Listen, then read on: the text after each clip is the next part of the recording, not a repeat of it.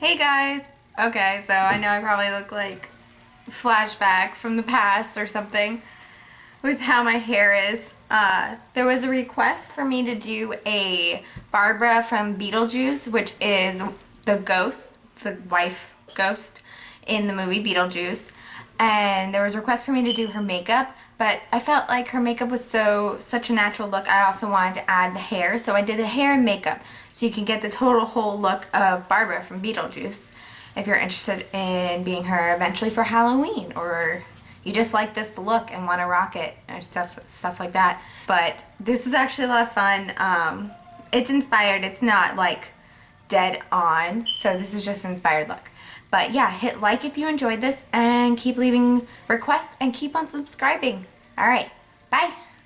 Okay, so first you're going to need a curling iron. I used a 1 inch. You're going to need bobby pins. You're going to need clips. You're going to need a comb and a paddle brush. And let's get started. So I'm just taking my hair down from the ponytail I have it in. And what I'm going to focus on first is my bang area, because she has the whole 80s kind of curly bangs going on. So I'm going to start by just curling my bangs, and then I'm going to pin them. And what you want to do when trying to achieve the Barbara look from Beetlejuice is you want to go in all different sorts of directions. You want to go to the right, you want to go to the left, you want to go to the back of your head, you want to go to the front of your head, because you kind of want to give a curl fro type of effect, and there's nothing unified about her curls in her hair during this movie at all. So I'm just going to take small pieces to get a tighter curl, and just going in all different sorts of directions, not any at the same direction at the same time, like back to back. And I'm starting in the front and top of my head because I want to be able to have a really strong curl up there, because when you look at her picture, you see that she kind of has curls that are standing up. She has a lot of volume going on, so I want to have the most volume at the top of my head as much as I can with my hair. So I'm starting at the front to have strong curls, and I'm going to be also working from the top of my head down. So I have stronger curls on top compared to my curls at the bottom, because we don't need them to be as tight as we work down the head. You're going to need a lot of bobby pins for this look.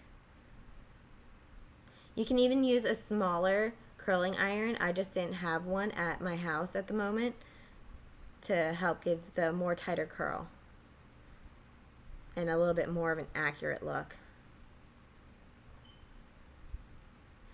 And how I'm deciding what pieces I'm grabbing is I'm just feeling what's right with the amount of hair, what kind of just like falls in place as pieces of hair to be curled together.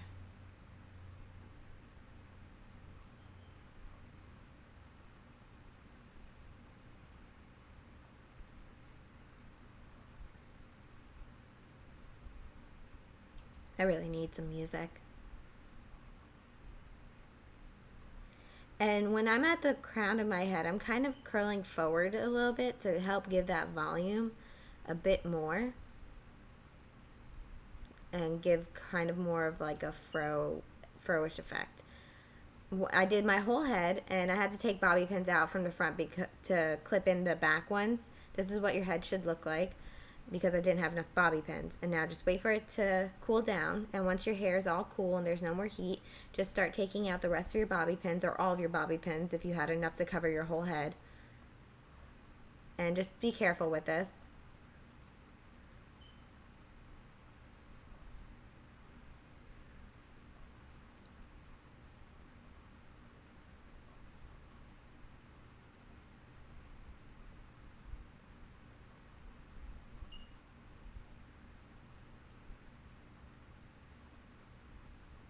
My hair is so curly right now.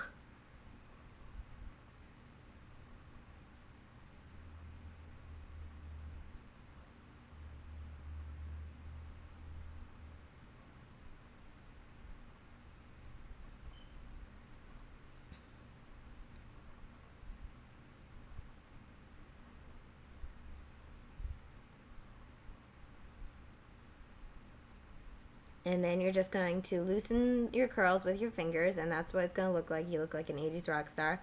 Take your paddle brush and start lightly kind of brushing at your hair to smoothen out the curls and to kind of separate them.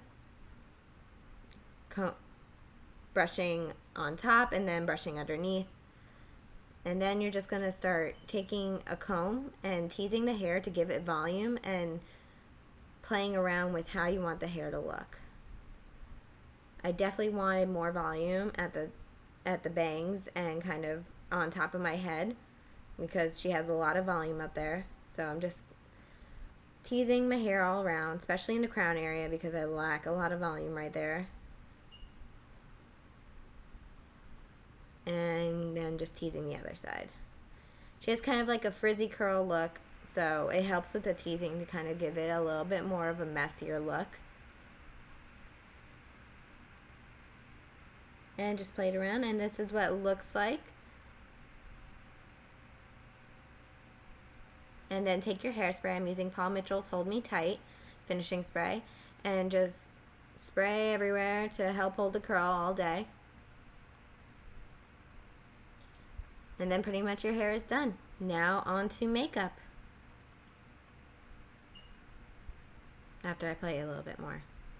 Okay, now makeup. Okay, so I'm using Tarte for True Blood's Lifted Eye Primer. And I'm just applying that to my lid, and I'm going to use my ring finger. And I'm just going to go all around my lid and underneath to be a base for my eyeshadow. I'm going to be using the Naked palette by Urban Decay. And I'm using Buck with a flat shader brush. And I'm just applying that all over my lid. Now her eyeshadow is very natural and neutral colors.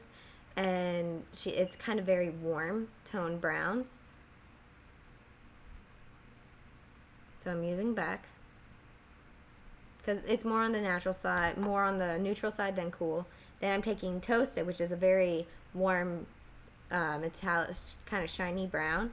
I'm using that for my crease because in her crease, that's where I notice most of the warmth.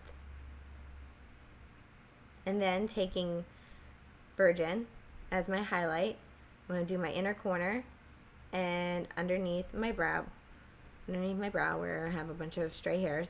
Then taking Kat Von D's Autograph Pencil and Pure Amour, I'm just going to really tight line heavily on my upper lashes because I don't really see too much eyeliner on her. So I'm just going to do very well with tight lining as my eyeliner. And then I'm going to also do underneath my waterline. And just on my waterline, try and stay on there. And then I'm taking Urban Decay's Big Fatty Mascara. This is the waterproof one. I'm just going to apply that and try and get my lashes to the fullest natural effect that I can with this mascara. And I got some on my eyeshadow, so just wipe that away. And take a brush and kind of blend back out. And then go back to mascara. And I'm just applying them to my top and bottom lashes. And there's the eye look. And now she has a very heavy contour, so I'm using e.l.f.'s bronzer and blush palette. I'm using bronzer, and I'm just going to really try and contour heavily on both sides. Well, heavily for me, but not too scary heavily. And then for blush, I'm using Hard Candy and Pin Up because she has a very reddish blush on her cheeks in the picture I saw. Her look is mostly the blush and the contour and then kind of the lips. She has quite a bit of that on. And then for lips, I'm going to start off with Rimmel London's Crush 202, which is a very peach apricot color with orangey tints.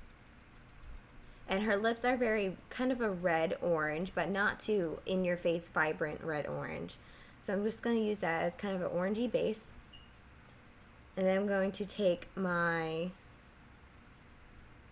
NYC lipstick in Retro Red, which is a pretty vibrant red. And I'm just going to kind of dot that on to add a red tint to my lips, to the color. and it kind of adds a bit of red, as you see. So it gives you that perfect red-orange look. And this is the finished makeup look. So I hope you guys enjoyed this. Please hit like if you did, and leave a comment and subscribe. I hope you guys really enjoyed this, and if you have any more requests, just let me know. I'll do them. Alright, bye.